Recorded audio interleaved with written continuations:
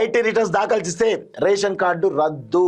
So ఇది ఒక చాలా ఇంపార్టెంట్ విషయము. ఐటీ రిటర్న్స్ దాఖలు చేస్తే రేషన్ కార్డు రద్దు అంటూ కూడా చాలా స్పష్టంగా తెలుస్తా ఉంది.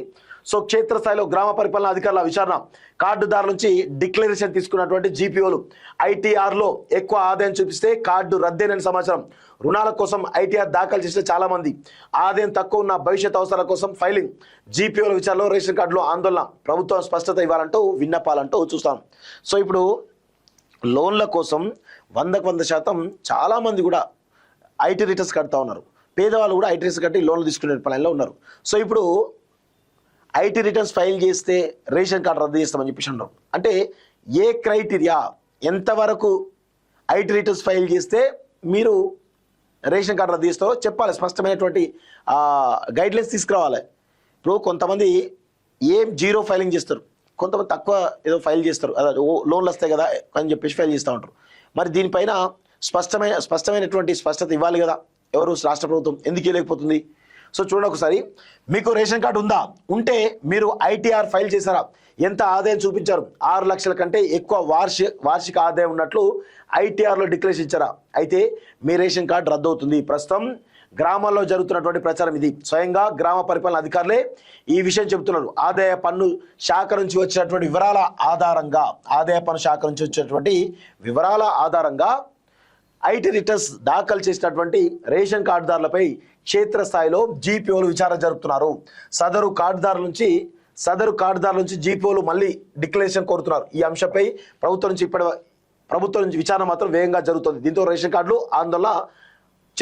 కార్డుదారులు ఎవరుతున్నారో ఆందోళన చెందినట్టుగా చాలా స్పష్టంగా అర్థమవుతుంది.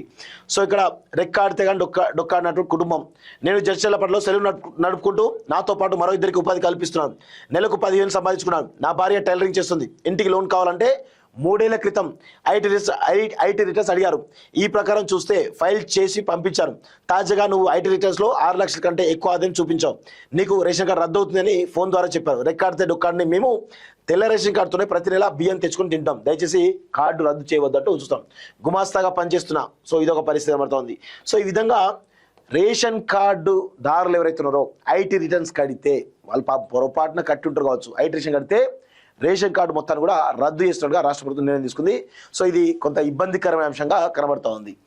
సో కార్డుదారుల నుంచి డిక్లరేషన్. రాష్ట్రంలో సుమారు 1 కోటి పైన రేషన్ కార్డులు ఉన్నాయి. ఈ కార్డులో 3,20,00,000 మంది లబ్ధిదారులు ప్రతి నెల 6 కిలోల చొప్పున బియ్యం తీసుకున్నారు.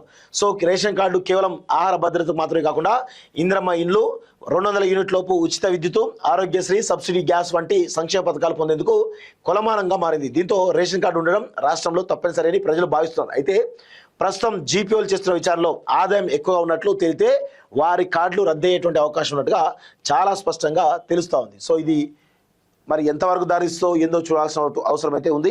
ఎందుకంటే చాలా మంది కూడా చిరు వ్యాపారులు ఏంటంటే లోన్ల కోసం ఐటీ రిటర్న్స్ ఫైల్ చేస్తున్నారు. ఆ ఐటీ రిటర్న్స్ ఫైల్ చేయడం వల్ల కొంత వాళ్ళకు లోన్ వస్తుందని చెప్పేసి అనుకొని ఐటీ రిటర్న్స్ ఫైల్ చేస్తున్నారు. ఐటీ రిటర్న్స్ ఫైల్ చేయగానే జీపీఓ ఫోన్ చేసి మీ రేషన్ కార్డు రద్దు అని చెప్పి చాలా స్పష్టంగా చెప్తున్నారు. సో ఇట్లా పేద ప్రజలకు అనేక రకాలైన ఇబ్బందులు కనబడుతున్నట్టు తెలుస్తుంది. దీనిపైన రాష్ట్ర ప్రభుత్వం గైడ్లైన్స్ ప్రిపేర్ చేయాలి, లేదంటే ఇన్ఫార్మ్ చేయాలి.